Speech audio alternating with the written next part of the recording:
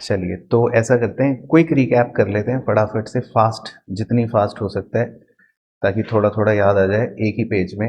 अभी तक हमने क्या पढ़ा था इस चैप्टर में बताओ? अभी तक हमने आपको बताया था कि दो तरह के तो रूल्स होते हैं। पहला रूल कौन सा होता है? ट्रेडिशनल। उसमें किसी भी अकाउंट को कितनी तरह से क्लासिफाई कर लेते हैं? तीन। कौन कौन से नाम बता दो? सही, पर्सनल, या फिर रियल, या फिर नॉमिनल। ठीक है। पर्सनल में क्या क्या आते हैं जल्दी से बता दो? नेचुरल पर्सनल, जो भी आर्टिफिशियल पर्सन, जो ऐसा कंपनियां हो गई, और रिप्रेजेंटेटिव पर्सनल, जो किसी पर्टिकुलर पर्सन को रिप्रेजेंट कर लेंगे। रियल में क्या आ गए? ऑल एसेट्स, सिवाय किन दोनों के? डेटर और बैंक। नॉमिनल में कौन आ गए? जितने भी एक्सपेंस और जितने भी रेवेन्यू। बस, तो ट्रेडिशनल अप्रोच तो खत्म हो गई। बाकी रूल जो होता है वो तो जस्ट नॉलेज के लिए लर्न करना है। पर्सनल का रूल होता है debit the receiver, credit the giver. Real का रूल होता है debit what comes in, credit what goes out. और नॉमिनल का रूल होता है debit all expenses and losses, credit all income and gain. तो वो याद रहे तो भी ठीक, नहीं याद रहे तो ज़्यादा अच्छी बात है। फिर दूसरे कौन से होते हैं? मॉडर्न रूल्स, हाँ वो बता दो। वो तो याद रखने ही रखने हैं, उसके बिना तो हमें कुछ भी नहीं आता। तो वो क्या था? कोड। Clear, very good. तो जल्दी से फुल फॉर्म बताओ। सी बोले तो कैपिटल, एल बोले तो, और ई बोले तो, और ए बोले तो, और आर बोले तो। ठीक है। फिर कैपिटल, लाइबिलिटी या रेवेन्यू अगर बढ़ते हैं तो कहाँ रिकॉर्ड करते हैं? क्रेडिट में। कहाँ रिकॉर्ड करते हैं? क्रेडिट में। लेकिन एक्सपेंस या एसेट अगर बढ़ते हैं तो कहाँ रिकॉर्ड करते हैं? डेबिट में। ठीक है, ये याद रखना है। बाकी इसी का उल्टा कर सकते हैं हम। कैपिटल अगर कम होएगा, लाइबिलिटी अगर कम होगा, रेवेन्यू अगर कम होगा तो कहाँ रिकॉर्ड करते हैं? डेबिट में। और अगर एक्सपेंस अगर कम होगा या एसेट अगर कम होगा तो क्रेडिट। तो मॉडर्न रूल्स इंपॉर्टेंट है। ठीक है। और फिर हमने बस सीखा था लास्ट क्लास में, एक बड़ा सा डब्बा बनाते हैं जिसको बोलते हैं अकाउंट। उस डब्बे में कितने कॉलम होते हैं? 8। Very good. 4 column left side में, 4 कॉलम राइट साइड में। लेफ्ट साइड को क्या बोलते हैं? डेबिट। और राइट साइड को क्रेडिट। ठीक है। फिर उसके बाद रिकॉर्ड जब हम करते हैं डेबिट साइड में, तो क्या लगाते हैं पहले? नहीं, डेट तो आ गई, उसके बाद 2। फिर जब हम क्रेडिट साइड पे रिकॉर्ड करते हैं तो क्या लगाते हैं? 5। ठीक है। फिर उसके बाद जल्दी से बताओ कि मान लो मैंने ऐसा वैल्यू लिखी 100, 200, 300, इधर लिखा 400, 500, 100। तो जब हम टोटल करते हैं तो क्या करते हैं? जो बड़ा अमाउंट होता है वो लिखते हैं। याद आ गया? दोनों दोनों साइड में जो बड़ा वाला टोटल होता है वो लिखते हैं। तो अभी करके बताओ जल्दी से, दोनों में कौन सा बड़ा वाला है? क्रेडिट। ठीक है, 1000। तो दोनों साइड में क्या लिखेंगे? 1000। फिर लास्ट स्टेप क्या होता है? बैलेंस। वो किधर लिखेंगे ताकि टोटल दोनों साइड का सही हो जाए? तो इसको बोलते थे बैलेंसिंग, या इसको बोलते हैं बैलेंस सीडी। इसको क्लोजिंग बैलेंस भी बोल सकते हैं, लेकिन लिखते क्या है? बैलेंस सीडी, मतलब कैरेट डाउन, ऐसा लिखते थे। ठीक है। चलो ठीक है, तो अब हम बुक के क्वेश्चंस करेंगे। तो बुक अगर आपको नहीं भी निकालनी तो कोई बात नहीं, मैं यहीं पे डिस्प्ले कर दूंगा आपके लिए। मैं बहुत ही अच्छा आदमी हूँ। तो क्वेश्चन नंबर 1 से करेंगे साथ साथ डिस्कस। ठीक है। ऐसा क्वेश्चन आपका प्रैक्टिकल क्वेश्चन होता है। ठीक है। तो मैं सॉल्व करवाऊंगा, बस आप अपने आंसर आंसर लिखते रहना। राइट।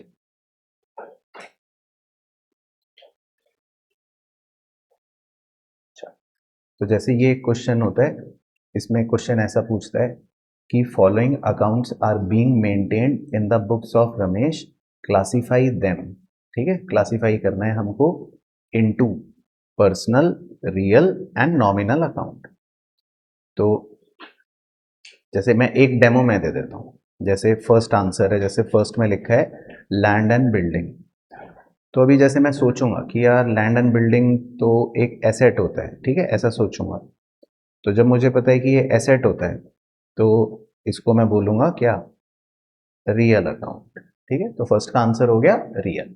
तो बस आप अपना आंसर आंसर लिख सकते हो। ठीक है, फर्स्ट का आंसर रियल, शॉर्ट में भी लिख सकते हो, अगर बहुत ही शॉर्ट में लिखना है खाली आर लिख लो।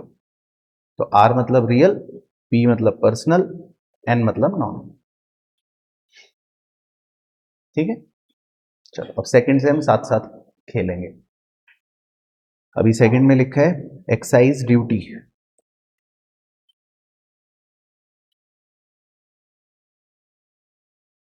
अच्छा चलो, एक्साइज ड्यूटी क्या होता है पहले मीनिंग बताओ। एक्साइज ड्यूटी जो होता है वो एक टैक्स होता है। तो जब हम कोई चीज प्रोड्यूस करते हैं, कोई चीज मैन्युफैक्चर करते हैं, तो गवर्नमेंट हमसे टैक्स लेती है, उसको बोलते हैं एक्साइज ड्यूटी। ठीक है, तो ये हमारे लिए एक एक्सपेंस होता है, ये हमारे लिए एक खर्चा होता है। ठीक है, तो आप बताओ आंसर। Nominal, very good. ठीक है, उसके बाद थर्ड, क्रेडिटर्स।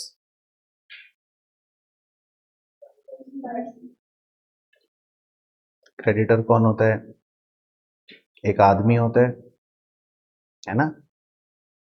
तो क्या होगा आंसर, पर्सनल, क्योंकि पर्सनल में कोई भी अगर आदमी है ना, तो वो क्या है, पर्सनल, नेचुरल पर्सन, है ना, पर्सनल। ठीक है, समझ आ रहा है, तो ऐसे सोच सोच के करेंगे हम। फिर फोर्थ है कैपिटल।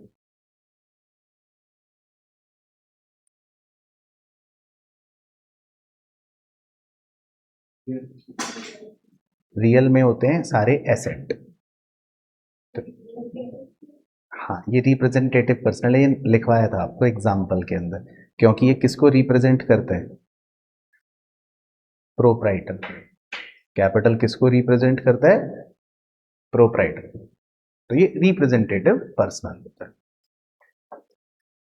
उसके बाद मोटर व्हीकल, और रीजन एसेट है। ठीक है, वेरी गुड।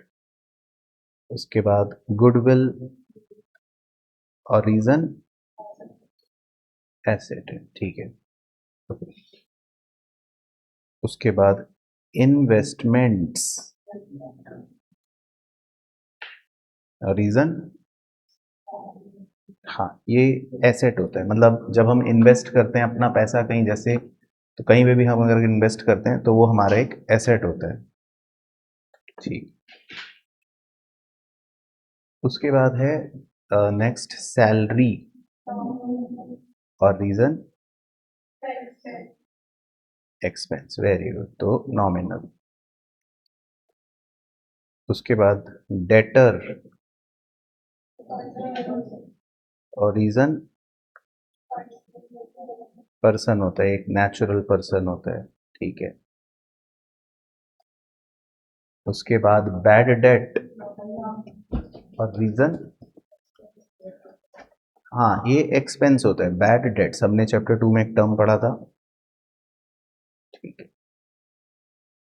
फिर डेप्रीसिएशन,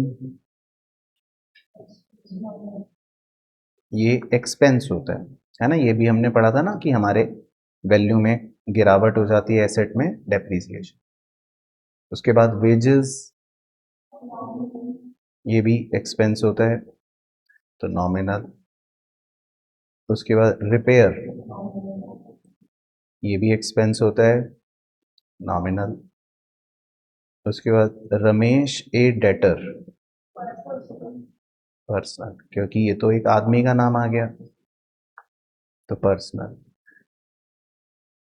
उसके बाद है इंटरेस्ट रिसीव्ड, नॉमिनल, और रीजन, ये रेवेन्यू होता है, हमको पैसे मिल गए तो रेवेन्यू हो गया। उसके बाद बैंक ओवरड्राफ्ट,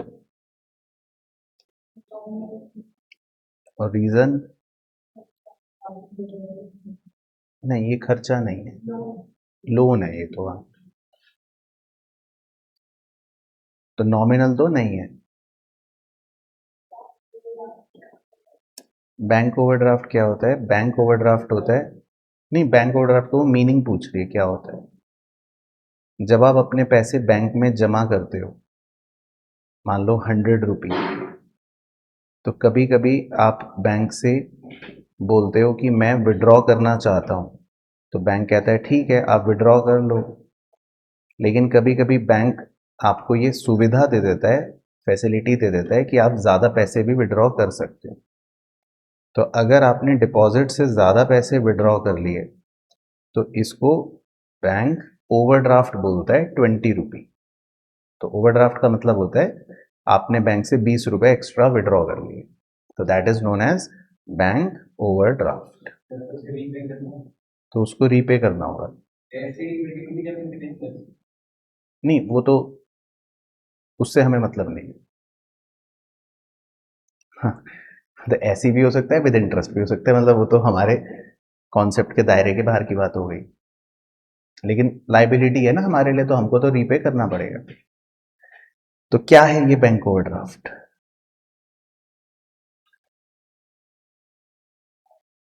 नहीं नॉमिनल नहीं है ना, क्योंकि एक्सपेंस भी नहीं है ना रेवेन्यू है, तो नॉमिनल तो नहीं है। और रीजन, वैसे भी देखो बैंक आ रहा है तो ये आर्टिफिशियल पर्सन है ना, तो ये पर्सनल होता है। तो बैंक ओवरड्राफ्ट क्या होता है? पर्सनल। उसके बाद परचेज रिटर्न,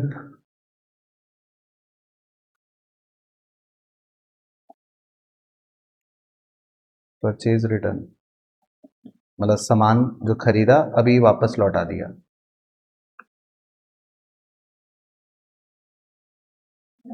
और रीजन,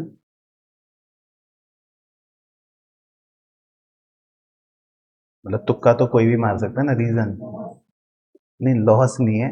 वैसे तो ये रेवेन्यू होता है, क्योंकि जब हम परचेज करते हैं तो वो एक एक्सपेंस होता है, तो जब हम परचेज रिटर्न करते हैं तो उसका मतलब हमारा एक्सपेंस कम हो रहा है,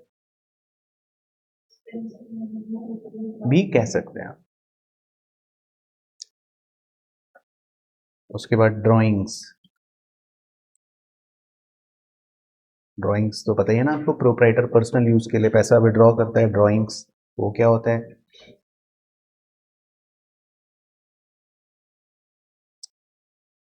रीजन, तो ड्राइंग्स जो है मैंने शायद आपको बताया था, ये प्रोप्राइटर को रिप्रेजेंट करता है, तो ये पर्सनल होता है, क्योंकि ये भी एक रिप्रेजेंटेटिव पर्सनल होता है, प्रोप्राइटर को रिप्रेजेंट करता है। उसके बाद फ्रेट, फ्रेट क्या होता है?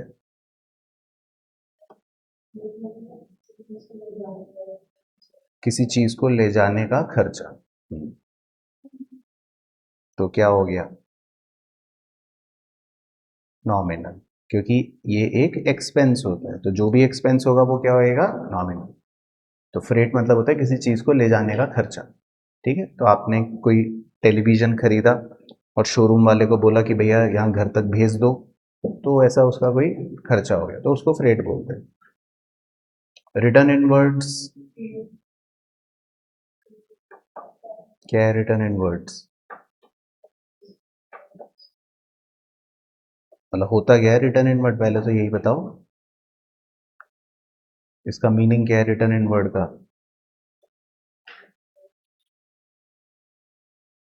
हाँ उत्कर्ष भाई, वो भी इम्पोर्टेंट है, करना है।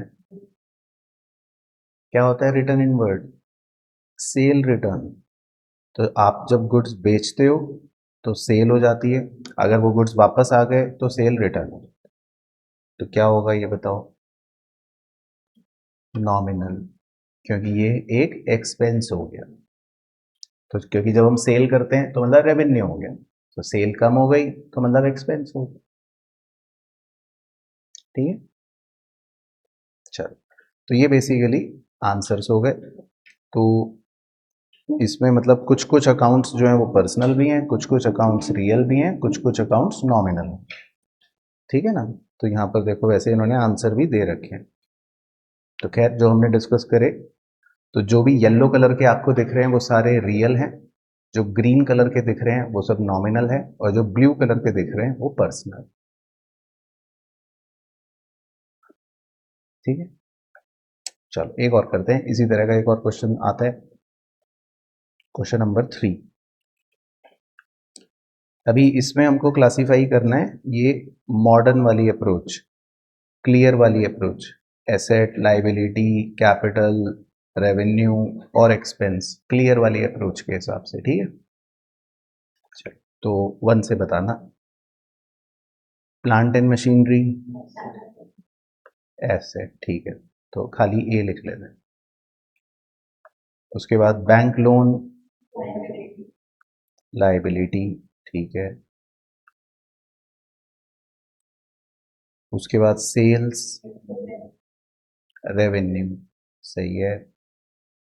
उसके बाद रेंट एक्सपेंस, ये एक्सपेंस होता है, ठीक है, खर्चा। उसके बाद डिस्काउंट रिसीव्ड, बताओ डिस्काउंट रिसीव, डिस्काउंट हमको मिल गया, रेवेन्यू, है ना। जब भी देखो अपना फायदा होगा तो रेवेन्यू, और एक्सपेंस होगा तो एक्सपेंस होगा। उसके बाद दो बड़े इंटरेस्टिंग पॉइंट्स हैं, जैसे एक है कैरेज इनवर्ड और अगला है कैरेज आउटवर्ड। वो तो मैं पूछना था पहले आपसे, तो कैरेज इनवर्ड और कैरेज आउटवर्ड का क्या मतलब होता है, कौन बताएगा।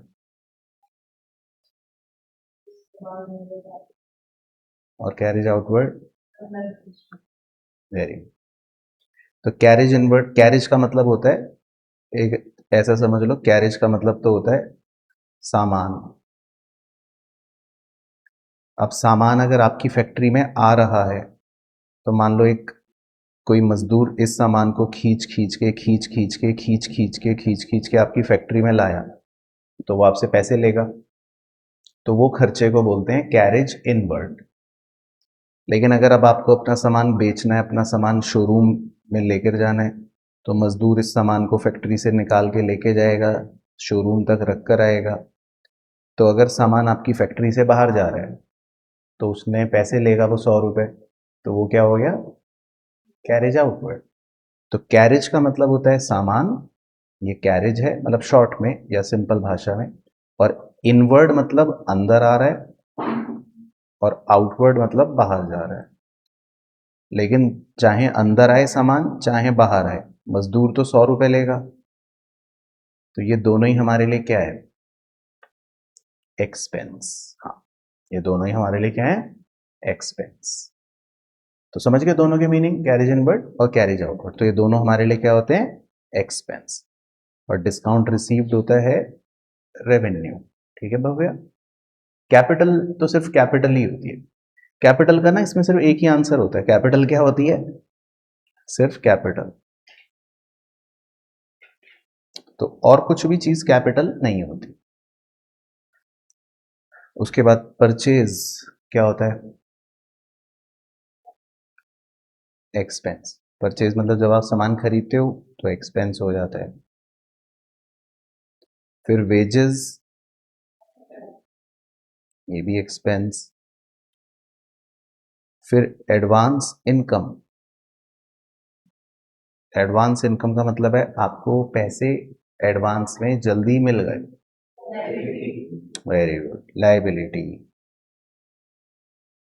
फिर उसके बाद एक्रूड इनकम, मतलब आपको इनकम अर्न कर ली बट अभी तक रिसीव नहीं हुई, एसेट। तो ये क्या होता है, एसेट। एक्रूड इनकम, ये हमने लिखा भी था चैप्टर 2 में, ठीक है, एक्रूड इनकम।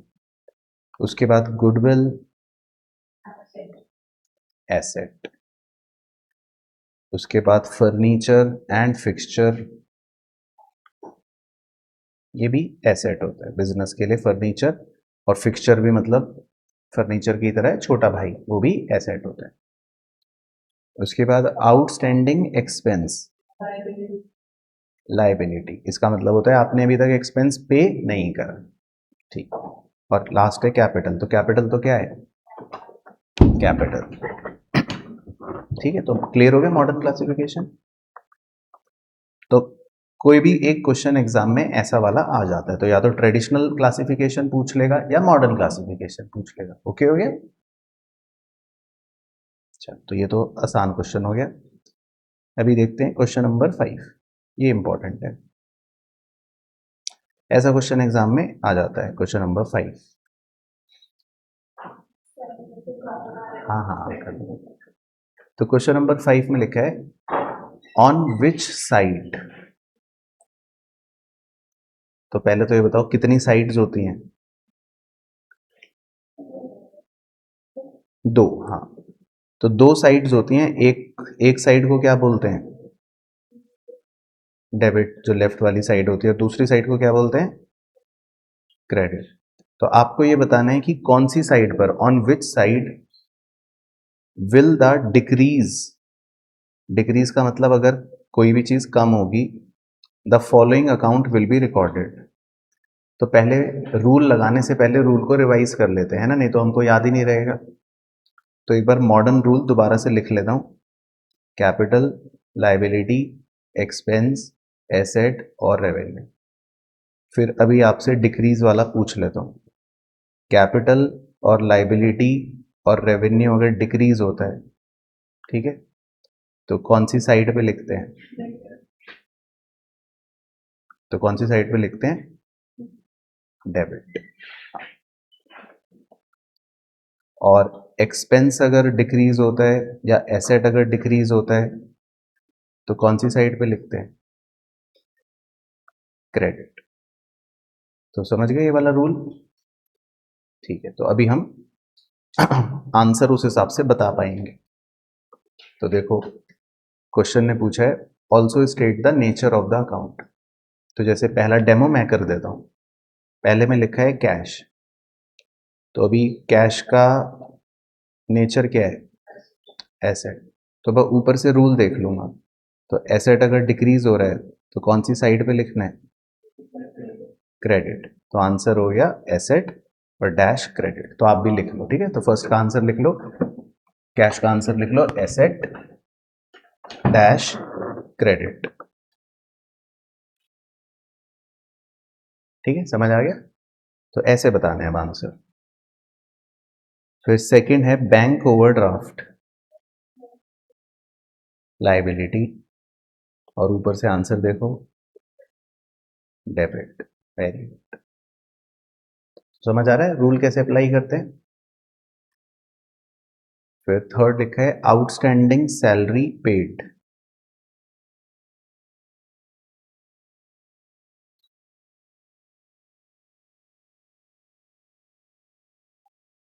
आउटस्टैंडिंग सैलरी क्या है,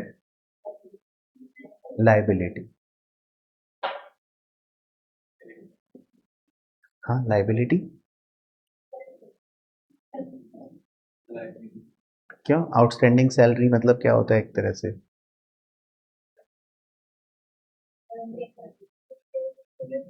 हाँ मतलब पे कर दिया, तो मतलब ये है कि एक लाइबिलिटी थी आउटस्टैंडिंग सैलरी, है ना, और आपने पे कर दी मतलब कि वो कम हो गई, है ना। तो आउटस्टैंडिंग सैलरी तो हमारे लिए क्या है, हमको वो देख रहे हैं ना कि आउटस्टैंडिंग सैलरी क्या होता है, लाइबिलिटी। पेड मतलब ये है कि फिर आपने उसको पे कर दिया, जैसे हम हर लाइबिलिटी को पे करते हैं, तो ऐसे ही इस लाइबिलिटी को भी पे कर दिया। तो हम तो लाइबिलिटी ही मानते हैं।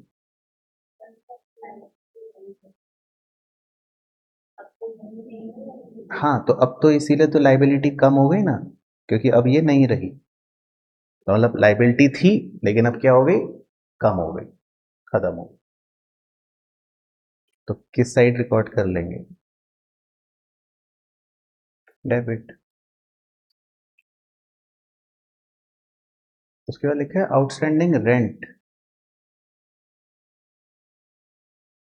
तो ये क्या है, ये भी लाइबिलिटी, डेबिट। उसके बाद है प्रीपेड इंश्योरेंस, एसेट। ठीक है, वेरी गुड। तो किस साइड लिख लेंगे, क्रेडिट। फिर मोहन प्रोप्राइटर, नहीं ऐसे कैपिटल, हाँ मोहन प्रोप्राइटर को बोलते हैं कैपिटल, ठीक है, इसको बोलते हैं कैपिटल। तो किस साइड लिख लेंगे, डेबिट।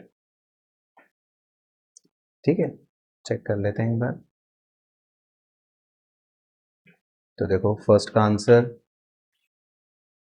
क्रेडिट एसेट, सेकंड का आंसर लाइबिलिटी डेबिट, थर्ड का आंसर लाइबिलिटी डेबिट, फोर्थ का आंसर लाइबिलिटी डेबिट, फिफ्थ का आंसर एसेट क्रेडिट और सिक्स्थ का आंसर कैपिटल डेबिट।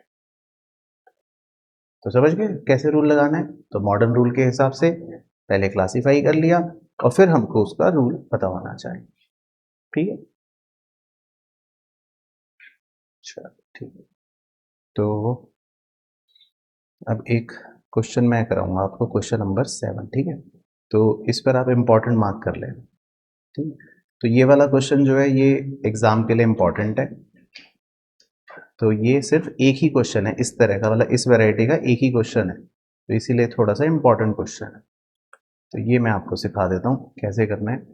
इसमें आपको क्वेश्चन इस तरह से देता है, जैसे क्वेश्चन पढ़ो, फ्रॉम द फॉलोइंग ट्रांजेक्शन, है ना, आपको एक ट्रांजेक्शन देगा, जैसे यहाँ पर जो आप देख रहे हो ये सब ट्रांजेक्शन्स दे रखी हैं।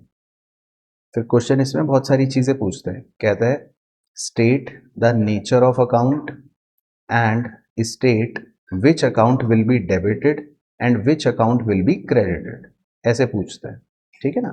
तो इसका प्रेजेंटेशन हमें कैसे करना है एग्जाम में, तो पहले आप फॉर्मेट बना लेना, ठीक है। तो इसका फॉर्मेट जो है वो आप ऐसे बना लो जैसे आपको यहाँ पर नजर आ रहा है, मैं बता देता हूँ कैसे बनाना है।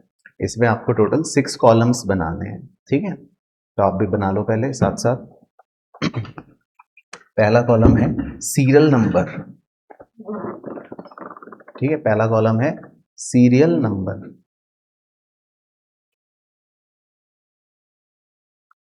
दूसरा कॉलम है अकाउंट्स इन्वॉल्व्ड, अकाउंट्स इन्वॉल्व्ड। तीसरा कॉलम है nature of account, nature of account. फिर चौथा कॉलम है हाउ अफेक्टेड, है ना, यहां तक मेन होते हैं कॉलम, हाउ अफेक्टेड। और उसके बाद डेबिट और क्रेडिट विल बी।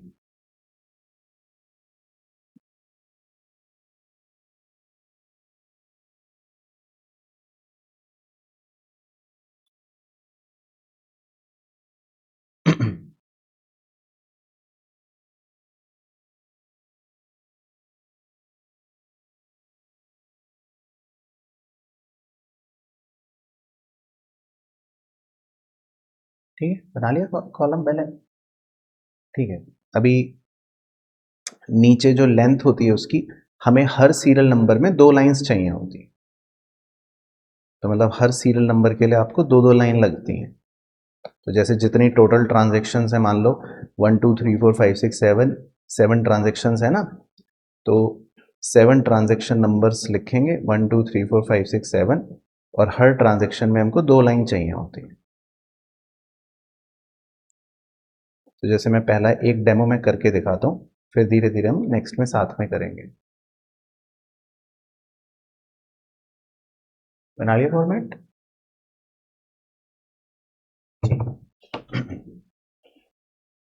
चलो ठीक है। तो आपको पढ़ना है मेरे साथ साथ, और आपको अकाउंटिंग इक्वेशन बतानी है, तो उससे सिर्फ अकाउंटिंग इक्वेशन रिवाइज हो जाएगी, फिर आगे का काम मेरा।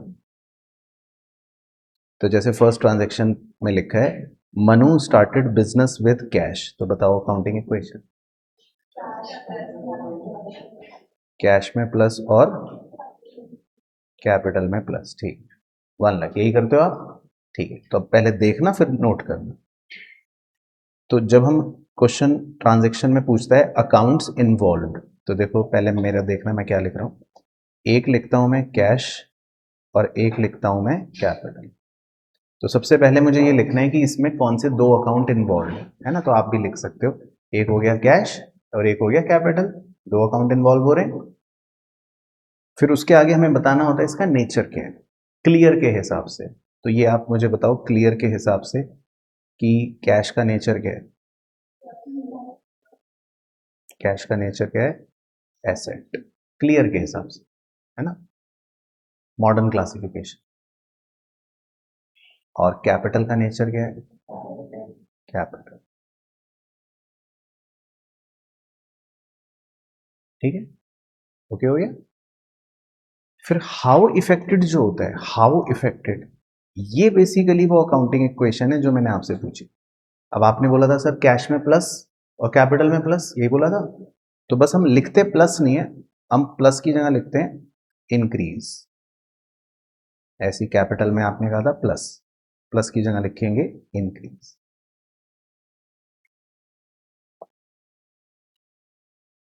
तो यहां तक क्लियर हो गया। फिर रूल लगाया जाता है। अब रूल अगर याद तो नहीं होगा आपको, चलो मैं यहां लिख देता हूं कोने में, कैपिटल, लाइबिलिटी और रेवेन्यू, इन तीनों का रूल तो सेम होता है कि जब ये इंक्रीज होते हैं तो कौन सी साइड लिखते हैं, क्रेडिट साइड लिखते हैं, है ना। लेकिन एसेट और एक्सपेंस जब इंक्रीज होते हैं तो डेबिट साइड लिखते हैं। तो देखो एक डेमो दिखा रहा हूं, सिर्फ ध्यान से देखना पहले। अभी हमने कैश के आगे एसेट लिख रखा है और एसेट इंक्रीज लिख रखा है, तो हम अमाउंट को डेबिट वाले कॉलम में लिखें। लेकिन हमने कैपिटल के आगे इंक्रीज लिख रखा है, तो रूल के हिसाब से जब कैपिटल इंक्रीज होता है तो क्रेडिट होता है ना, तो फिर हम ये अमाउंट को क्रेडिट वाले कॉलम में लिखें। तो ये हमको रूल के हिसाब से लिखना है कि किसको डेबिट में लिखना है, किसको क्रेडिट। समझ गए रूल का एप्लीकेशन। तो एसेट अगर इंक्रीज होता है तो डेबिट, और कैपिटल अगर इंक्रीज होता है तो क्रेडिट। तो वो हमको रूल के हिसाब से पता चलता है कि किसको डेबिट लिखना है, किसको क्रेडिट लिखना। ओके हो गया। चलो एक और डेमो करते हैं, चलो सेकंड वाला डेमो और करते हैं। अभी सेकंड ट्रांजेक्शन पढ़ते हैं, आप सिर्फ अकाउंटिंग इक्वेशन बताना, ठीक है। अच्छा 1 लाख है अमाउंट, तो मैं यही देखना चाह रहा था कि कौन सा बच्चा अलर्ट है। तो मैंने भी तो देखो 1 लाख ही लिखा है ना।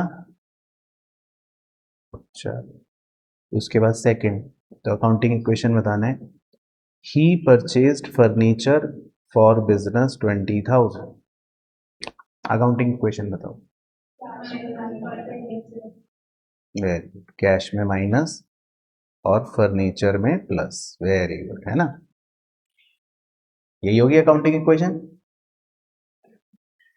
चलो तो अब थोड़ा थोड़ा आपसे पूछ लेता हूं, तो अब इसमें अकाउंट्स इन्वॉल्व में कौन कौन से लिखूं। एक आपने बोला फर्नीचर में प्लस, है ना,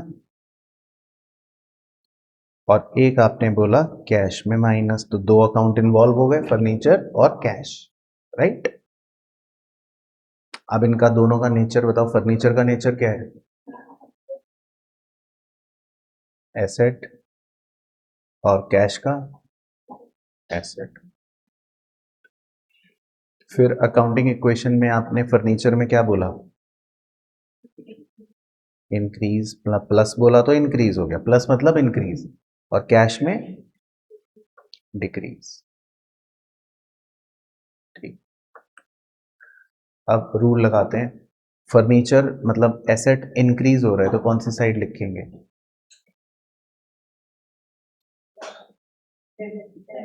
डेबिट, और एसेट डिक्रीज हो रहा है तो क्रेडिट। ये रूल चेक कर लो एक बार। एसेट सही लगाया रूल, एसेट इंक्रीज हो रहा है तो डेबिट, एसेट डिक्रीज हो रहा है तो क्रेडिट। ठीक है शिवांग भाई, ओके। चलो third, purchased goods on credit from Anshul. Accounting equation बताओ, स्टॉक में प्लस और क्रेडिटर में प्लस। स्टॉक में प्लस और क्रेडिटर में प्लस, यही करते हो आप, गुड्स परचेज्ड ऑन क्रेडिट। यहां तक ओके? ठीक है। तो अब अकाउंट्स इन्वॉल्व में मैं सिखाऊंगा क्या लिखना है। तो दो अकाउंट्स कौन कौन से इन्वॉल्व हो रहे हैं? स्टॉक और क्रेडिटर। ठीक है, तो मैं सिखाऊंगा, ठीक है। अब जो स्टॉक होता है, स्टॉक, हम जब गुड्स परचेज करते हैं तो अकाउंटिंग इक्वेशन में तो हम लिख लेते हैं स्टॉक में प्लस, लेकिन जब हम अकाउंट्स की बात करते हैं, अकाउंटिंग रिकॉर्ड करने के लिए बात करते हैं, तब हम स्टॉक को कोई अकाउंट नहीं मानते। तो गुड्स परचेज करने के लिए हम एक अकाउंट लिखते हैं, उसको बोलते हैं परचेज अकाउंट। उसको क्या बोलते हैं? Purchase account. तो गुड्स खरीदने के लिए हम हमेशा कौन सा अकाउंट यूज करते हैं? Purchase account. तो इसलिए थोड़ा सा एक ट्विस्ट था, तो मेरे को सिखाना था, याद रहेगा। तो स्टॉक की जगह बस परचेज लिख लेंगे, तो स्टॉक में प्लस और क्रेडिटर में प्लस, तो बस स्टॉक की जगह लिख लेंगे परचेज। अब दोनों का नेचर बताते हैं। परचेज का नेचर, परचेज का नेचर बताओ क्लियर के हिसाब से, क्या है ये?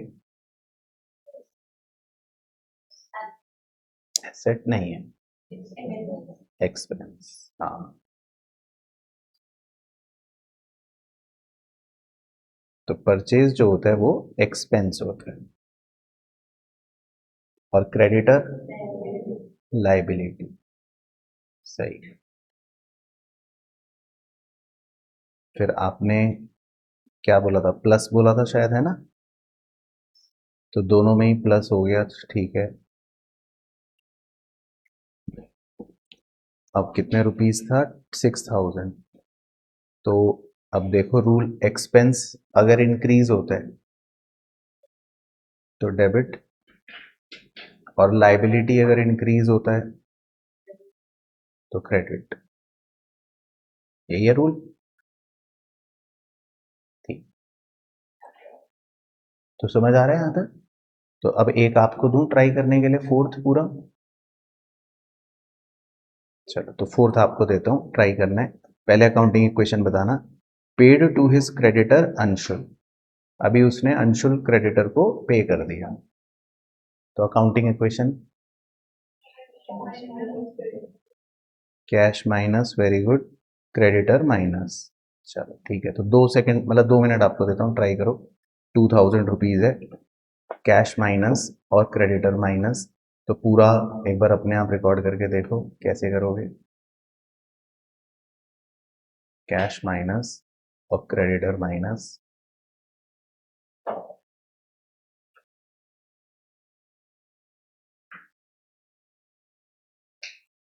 क्योंकि हमने उसको भगवाया परचेज लिखा था, तो ये याद रखना है। तो अकाउंटिंग इक्वेशन में हम स्टॉक बोलते हैं, लेकिन जब रिकॉर्डिंग करते हैं गुड्स खरीदने के लिए, तब हम उसको कहते हैं परचेज, क्योंकि ये हमारे लिए रेगुलर नेचर की बात है, रोजमर्रा का काम है। तो इसीलिए परचेज को हम एक्सपेंस मानते हैं यहाँ पर नेचर में। चलो, तो कैश में से माइनस और क्रेडिटर में से माइनस, तो बताओ क्या क्या लिखा? टू अकाउंट्स इन्वॉल्व,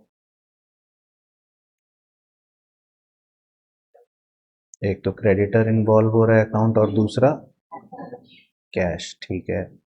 फिर नेचर बताओ क्रेडिटर का, लाइबिलिटी, और कैश का एसेट, ठीक है। फिर हाउ अफेक्टेड में डिक्रीज, और कैश भी डिक्रीज, ठीक। फिर अब रूल सोचते हैं 2000 का। तो पहले लाइबिलिटी डिक्रीज हो रही है तो डेबिट, और एसेट डिक्रीज हो रहा है क्रेडिट। तो एक बार अपने अपने पड़ोसियों का चेक करो कि क्या उसका सही है। सही है, ठीक है, सही है, ओके। जिसका कोई पड़ोसी ना हो वो मेरे से चेक कर लो, सही है, ठीक है। उसके बाद नंबर 5। चलो, अकाउंटिंग इक्वेशन बताओ। Paid salary to his clerk, ठीक है। तो कैश में माइनस और कैपिटल में माइनस, ठीक है, तो कैश में माइनस और कैपिटल में माइनस।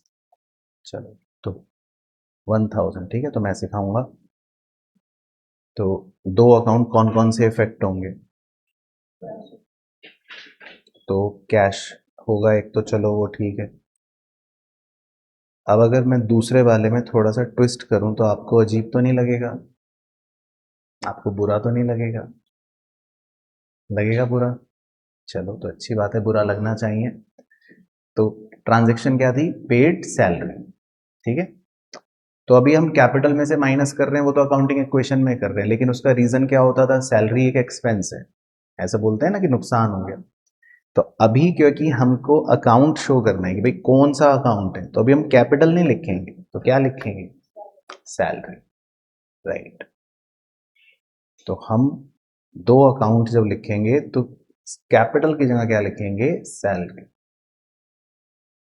ठीक है। तो सैलरी जब हम पे करते हैं, तो कोई भी एक्सपेंस अगर हम पे करते हैं तो उस एक्सपेंस का नाम लिखते हैं, है ना। अब जैसे ही अब सिक्स भी पढ़ लेते हैं, क्योंकि जब हम सीख रहे हैं तो अभी सिक्स में क्या लिखा है, पढ़ो। Paid rent. तो पेड रेंट में भी अकाउंटिंग इक्वेशन तो आप कहोगे कैश में से माइनस, कैपिटल में से माइनस, लेकिन जब हमसे पूछा जाएगा कि कौन से दो अकाउंट अफेक्ट हो रहे हैं, तो हम क्या बोलेंगे? हाँ, रेंट और कैश। तो ये ध्यान रखना है। तो जब भी हम कोई एक्सपेंस पे करते हैं तो हम उस एक्सपेंस का नाम लिखते हैं, क्योंकि अकाउंट का मतलब है कि भाई उसका नाम बताना है। ठीक हो गया?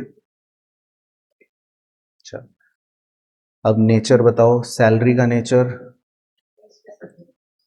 एक्सपेंस, और कैश का नेचर एसेट। फिर सैलरी पेड का अमाउंट था 1000, तो अब बताओ एक्सपेंस क्या हो रहा है? इंक्रीज। और कैश क्या हो रहा है?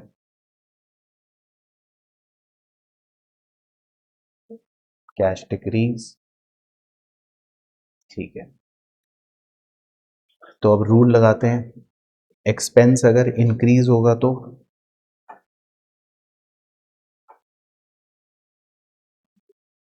डेबिट, एक्सपेंस अगर इंक्रीज होता है तो डेबिट, और एसेट अगर डिक्रीज होता है तो क्रेडिट। अच्छा, क्या कभी ऐसा हो सकता है कि एक ही ट्रांजैक्शन में दोनों अमाउंट डेबिट में ही आए या दोनों अमाउंट क्रेडिट में ही आए? हो सकता है? नहीं हो सकता। तो यही तो अकाउंटिंग की खूबसूरती है, आपने अभी तक ऊपर से इसका मतलब ऑब्जर्व नहीं करा। हर ट्रांजैक्शन के दो एस्पेक्ट्स होते हैं हमेशा। हर ट्रांजैक्शन के कितने एस्पेक्ट्स होते हैं? दो। एक एस्पेक्ट हमेशा डेबिट में ही बनेगा और दूसरा एस्पेक्ट हमेशा क्रेडिट में ही बनेगा, तो ये खूबसूरती होती है। तो बाय चांस गलती से आपके दोनों एस्पेक्ट डेबिट में ही बन रहे हो तो खुद ही समझ जाना मैं गलत हूँ, या दोनों एस्पेक्ट क्रेडिट में बन रहे हो तो भी समझ जाना मैं गलत हूँ। तो ये कितनी अच्छी बात है अकाउंटिंग की, कि हर ट्रांजैक्शन के कितने एस्पेक्ट्स होते हैं? दो ही होते हैं, एक एस्पेक्ट डेबिट होएगा, एक एस्पेक्ट क्रेडिट होगा। तो ऐसा कभी भी नहीं हो सकता कि दोनों एस्पेक्ट डेबिट में ही आ गए या दोनों एस्पेक्ट क्रेडिट में ही आ गए। अगर ऐसा हो रहा होगा तो इसका मतलब हमने गड़बड़ कर दी। तो ओके हो गया? अच्छा, ऐसी सिक्स्थ है। सिक्स तो सेम ही हो गया, रेंट पेड 500। तो बताओ क्या क्या लिखेंगे रेंट पेड के लिए? रेंट क्या है नेचर? एक्सपेंस। और कैश क्या है नेचर? एसेट, ठीक है। फिर एक्सपेंस क्या हो रहा है? इंक्रीज हो रहा है ना, क्योंकि एक्सपेंस हो रहा है, होने का मतलब इंक्रीज हो गया। और कैश क्या हो रहा है? डिक्रीज हो रहा है। तो एक्सपेंस इंक्रीज हो रहा है तो डेबिट 500, कैश डिक्रीज हो रहा है तो क्रेडिट 500। अब लास्ट वाला बताओगे फिर अपने आप। सेवंथ है, रिसीव्ड इंटरेस्ट, कैश प्लस और कैपिटल प्लस, ठीक है 200, तो अकाउंटिंग इक्वेशन तो सही हो गई, लेकिन अकाउंट इन्वॉल्व में क्या लिखोगे? हाँ समझ गए। तो कैश प्लस और कैपिटल प्लस अकाउंटिंग इक्वेशन तो सही है, लेकिन अकाउंट इन्वॉल्व में हम क्या लिखेंगे? एक तो कैश और दूसरा क्या लिखेंगे? इंटरेस्ट। तो अकाउंट इन्वॉल्व में हमें एग्जैक्ट नाम लिखना है कि कौन से दो अकाउंट इन्वॉल्व है, तो कैश और दूसरा अकाउंट इंटरेस्ट। ठीक है सर। अब इनका नेचर बताओ, कैश का एसेट और इंटरेस्ट जो हमें रिसीव हुआ रेवेन्यू। Very good. फिर कैश क्या हो रहा है?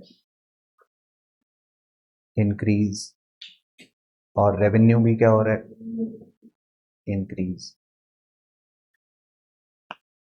अब रूल्स देखो, एसेट अगर इंक्रीज होता है तो डेबिट, और रेवेन्यू अगर इंक्रीज होता है तो क्रेडिट। तो समझ आया बना? अच्छा, एक लास्ट क्वेश्चन और कर लेते हैं बस फटाफट।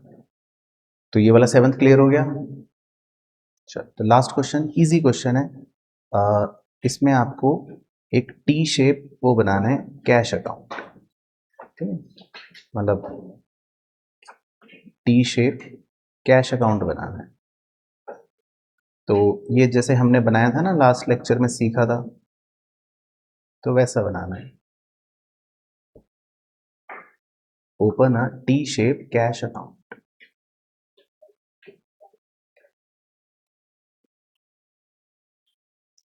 है ना? और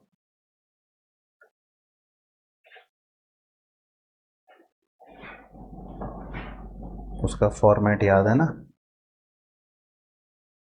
जो था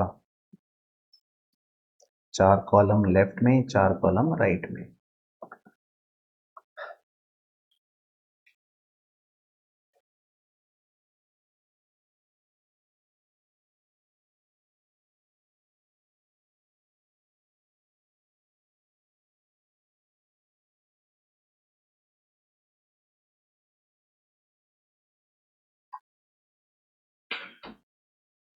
ठीक है, तो बस आपको ये सोचना है। चलो अच्छा, पहले मुझे ये बताओ क्या सोचोगे कैश अकाउंट को बनाने के लिए, क्या रूल मन में सोचोगे?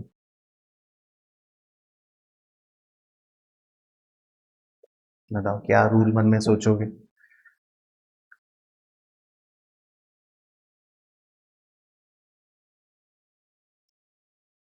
तो ये कैसे पता चलेगा कि आप लेफ्ट में रिकॉर्ड करोगे कि राइट में, कैसे पता चलेगा ये बताओ?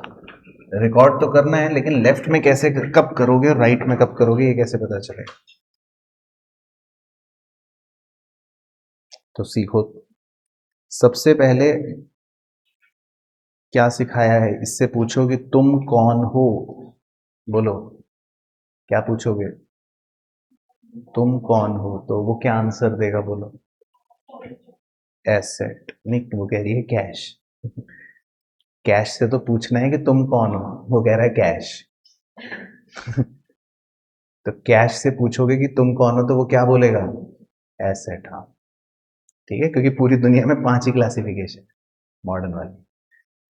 तो कैश से पूछो कि तुम कौन है, तो वो बोलेगा एसेट। फिर एसेट का रूल आप मुझे बताओ। हाँ, तो अगर इंक्रीज हो रहा होगा आपका कैश, अगर इंक्रीज हो रहा होगा तो आप डेबिट में रिकॉर्ड करना। तो जब भी आपको लगे कैश प्लस हो रहा है ना, जब भी आपको लगे कैश प्लस हो रहा है तो डेबिट साइड पे रिकॉर्ड करना है। और अगर आपको लग रहा है कैश डिक्रीज हो रहा है तो कौन सी साइड पे रिकॉर्ड करेंगे? Credit side. ठीक है, तो ऐसे यही तो चैप्टर है ना, इसीलिए तो पता चलता है ना कि कहाँ रिकॉर्ड करना है, यही तो प्रॉब्लम थी। तो आपको हमेशा ये पूछना पड़ेगा कि पहले तो पूछो कौन हो तुम, फिर रूल सोचना है। तो अभी कैश अगर प्लस होगा तो डेबिट में रिकॉर्ड करना, कैश अगर माइनस होगा तो क्रेडिट में रिकॉर्ड करना। समझ गए? चलो ठीक है, तो ट्राई करके देखो, 2 मिनट दे देता हूँ ऑनलाइन वाले बच्चों, आप भी ट्राई करना मेरे दोस्तों, और बैलेंस बताने की कोशिश करना कि क्या आ रहा है येलो। ठीक है, पूरा क्वेश्चन आपकी स्क्रीन पर लगा दिया मैंने। तो आप भी बताने की कोशिश करना।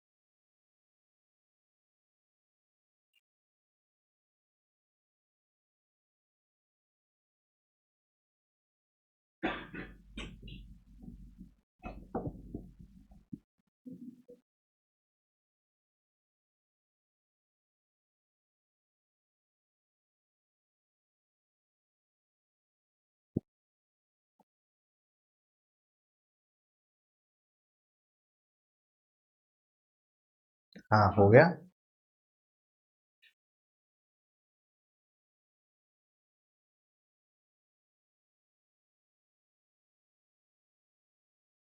हाँ जी, ऑनलाइन वाले बच्चों, प्यारे बच्चों, आप भी बताना अगर हो गया तो।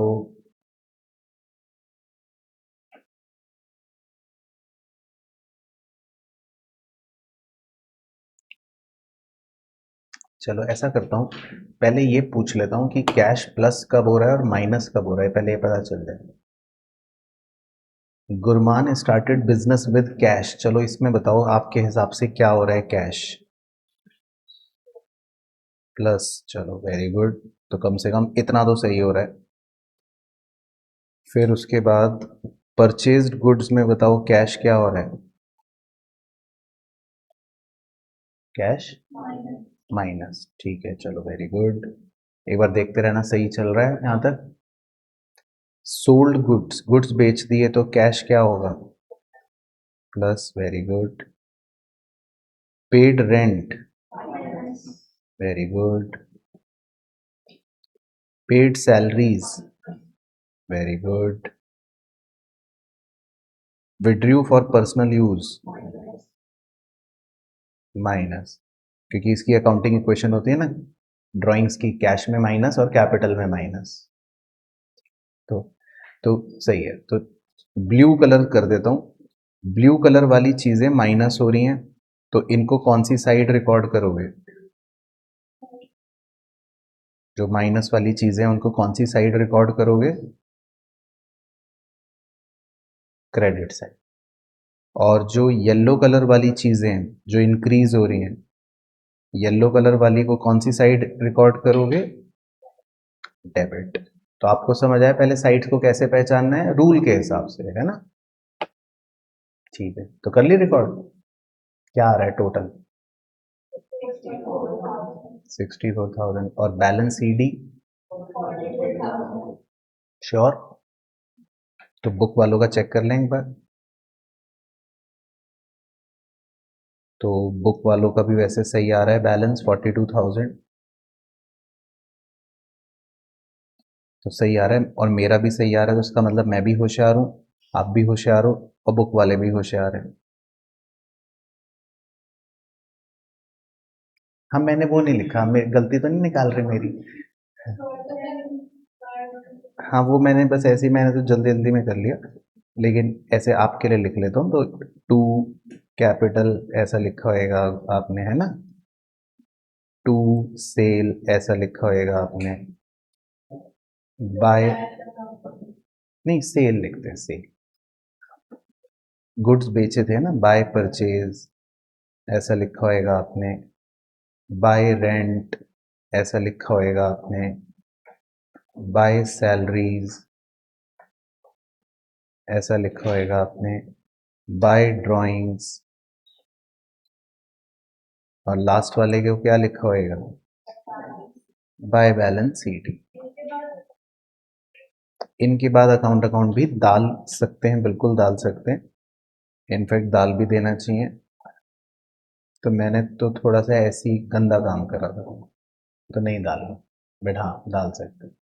तो मेरा फोकस आंसर निकालने में था, बट आंसर समझ आ गया, रिकॉर्डिंग किस साइड करते हैं वो समझ आ गई कैसे करनी है, कोई भी दिक्कत तो नहीं है। चलो ठीक है, परफेक्ट हो गया। बाकी फिर नेक्स्ट क्लास में करेंगे, नेक्स्ट क्लास में पूरा फिनिश हो जाएगा, ठीक है। चलो परफेक्ट।